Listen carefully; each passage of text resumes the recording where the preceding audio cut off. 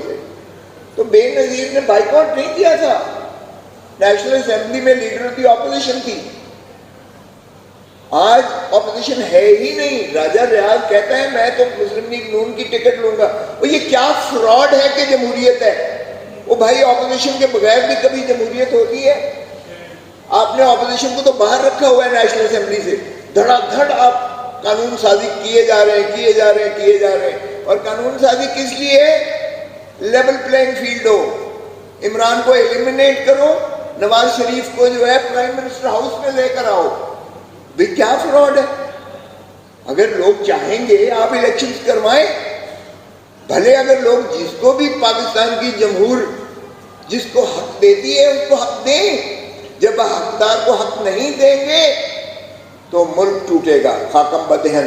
پہلے ہم نے آدھا ملک کر لیا ہے, اب کیوں ہم آدھے کے پیچھے لگے ہوئے ہیں؟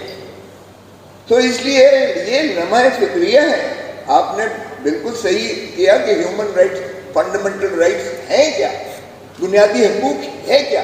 کیا بنیادی حقوق صرف مجھے زندہ رہنا ہے, وہ بھی زندہ رہنا ہے, اس خوف کے تحت زندہ رہنا ہے, وہ بھی زندہ رہنا ہے تو میرے بیٹے کو گولی ماری جائے تب ان کی یا مجھ پر جو ہے گولیاں, میرے گھر پر گولیاں ماری جائیں تاکہ میں خوف سے دبک کر جو ہے اپنے گھر میں چھپ کر بیٹھ جاؤں؟ کیا یہ بنیادی حقوق ہے؟ تو بنیادی حقوق کی جب آپ بات کرتے ہو, فنڈامنٹل رائٹس کی بات کرتے ہو, ہیومن رائٹس کی بات کرتے ہو, تو ہیومن رائٹس صرف سانس لینا نہیں ہے, عزت اور وقار سے جینا, زندگی کی عزت اور وقار اور تمام تر جو ہے جو اللہ تعالیٰ کی نعمت ہے, انعام و کرام ہے, ان کا استفادہ کرنا, یہ ہے انسانیت, یہ ہے ہیومن رائٹ. کیا میسر ہے اس وقت پاکستان میں عوام کو؟ یہاں میڈیا والے جو بیٹھے ہیں ان کو تو نام وہ ایک شخص کا نہیں لے سکتے, اور میرے اور فضال اعظم کے پروگرام پر بندش لگی ہوئی ہے ان کو دکھانے میں. ارے بھائی 100 بندشیں لگا لو, آج وہ 60 کی دہائی, 70 کی دہائی, 80 کی دہائی, 90 کی دہائی نہیں ہے. آج سوشل میڈیا کا دور ہے, ہر ایک کے ہاتھ میں ہے, سب کچھ ہے ہر ایک کے ہاتھ میں, 1 سیکنڈ میں وہ سب کچھ دیکھتا ہے. تو اس لیے وہ دور نہیں ہے کہ آج آپ ہضم کر جائیں گے, ایک ہی اخبار ہوگا, ایک ہی چینل ہوگا اور پی ٹی وی, اور اس پر جو ہے آپ اپنے من پسند دکھائیں گے اور باقیوں کو اسکرین آف کر دیں گے. یہ وہ دور نہیں ہے. تو ہوش کے ناخن لیں, اس طرح سے معاملات نہیں چل سکتے ہیں. تو یہی ہے کہ آپ کہتے ہیں کہ بنیادی حقوق کو اگر آپ جو ہے کون کرتا ہے اس کو وہی مقتدر حرکت کرتے ہیں, حکومت کرتی ہے.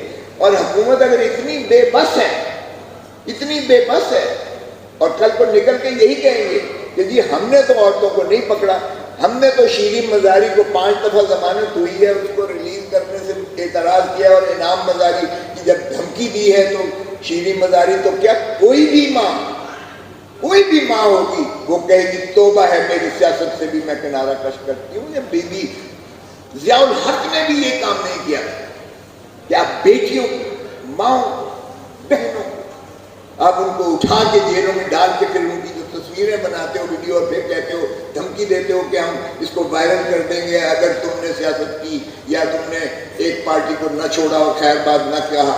اور وہ جب ٹی وی پہ جا کر وہ روتا بھی ہے اشکبار ہو کر, اور جب کہتا ہے کہ میں نے سیاست چھوڑ دی اور پارٹی چھوڑ دی, تو وہ دودھ کا دھلا ہو جاتا ہے. کیا یہی ہیومن رائٹس کی ہے؟ پھر کہتے ہیں کہ وائلیشن کون کر رہا ہے؟ وہ بھائی پی ڈی ایم کی حکومت کو شرم آنی چاہیے, ان کی تجوریاں بڑھتی جا رہی ہیں. عجیب بات ہے, یہ رہتے تو پارلیمنٹ اس فلیٹ لندن کے مہنگے ترین فلیٹ میں, کوئی ماننے کو تیار نہیں ہے. وہ جب ان کی بیٹی رانی کو فرمایا جاتا ہے, وہ کہتی ہے باہر تو باہر, میری تو پاکستان میں بھی کوئی جائیداد نہیں ہے, اور جب نکلتا ہے کہ وہ بینیفیشل اونر ہے تو وہ انکار کر دیتی ہے. جو موصوف رہ رہے ہیں سزا یافتہ مجرم جن کے وارنٹ گرفتاری نکلے ہوئے, جو کبھی لندن سے حکمرانی پاکستان پر کر رہے ہیں, کبھی دبئی میں تشریف لاتے ہیں تو حکومت کرتے ہیں. یہ بھی عجیب قوم ہے, یہ میں نے نہیں دیکھی ایسی ملک. بنانا ریپبلک میں بھی ایسا نہیں ہوتا ہے کہ سزا یافتہ شخص جس کے عدالتی وارنٹس نکلے ہوں, جس پر عمر بھر کی جو ہے سیاسی بندش ہو, جو خائن ہو, صادق اور امین نہ ہو, وہ جو ہر قسم کے حقوق سے وہ مبرہ ہو جاتا ہے کیونکہ اس کو حقوق نہیں ہے جو سزا یافتہ ہو، اور جو سزا یافتہ ہو اور جس کے وارنٹس نکلے ہوئے ہوں اس کو میڈیا نہیں دکھا سکتا۔ ہمارے اوپر تو بندش ہے، کسی کے نام لینے پر بندش ہے، اور اس کا جب بیان آتا ہے یا وہ آتا ہے تو سارے چینل روک کر اس کو دکھا رہے ہوتے ہیں، اور ایسے لگتا ہے باقی تو یہی کسر رہ گئی ہے۔ بعد اب بامدادہ ہوشیار بادشاہ سلامت تشریف لاتے ہیں۔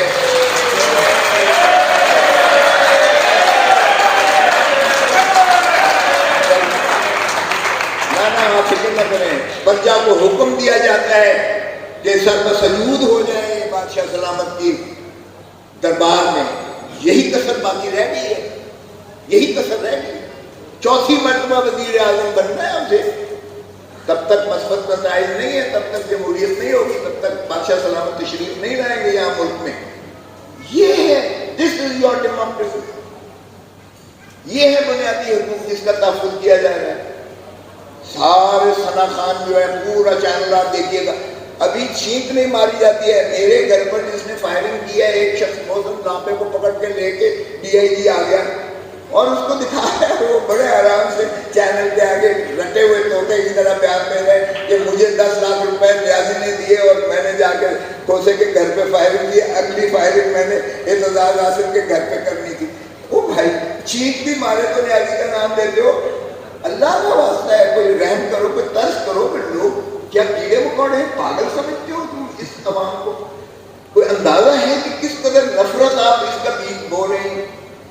اس طرح سے محبت کی جا رہی ہے، اس طرح سے حکومت کی جا رہی ہے۔ حکومت دلوں پر ہوتی ہے، نفرتوں سے حکومت نہیں ہوتی ہے۔ یہی ہیومن رائٹس ہے، یہی انسانی حقوق ہے۔ آپ دیکھیے گا کہ 1450 سال پہلے، 1450 سال پہلے جو حضور صلی اللہ علیہ وسلم کا آخری خطبہ تھا، خطبہ الوداع جو تھا، وہ ہے ہیومن رائٹس کا سب سے بڑا چارٹر۔ اگر دیکھیں تو اس میں کہا گیا، قرآن شریف میں بھی ماخذ ہے اور اسی طرح خطبے میں بھی، کسی عربی کو اجمی پر فوقیت نہیں ہوگی، کسی گورے کو کالے پر اور کالے کو گورے پر نہیں ہوگی، ماں سوا تقوی کے گڈ ڈیڈز۔ تو یہ تو بڑا واضح ہے۔ اسی طرح بچوں کے ساتھ، عورتوں کے ساتھ، تمام کے ساتھ جو ہے آپ دیکھتے ہیں چارٹر، میگنا کارٹا تو بہت بات کی بات ہے، اور جو یونائٹڈ نیشنز کے ڈکلریشن آئے ہیومن رائٹس کے، اور جو اتنی باقی چیزیں ہیں، یا انٹرنیشنل کورٹ آف جسٹس ہے، آج کہتے ہیں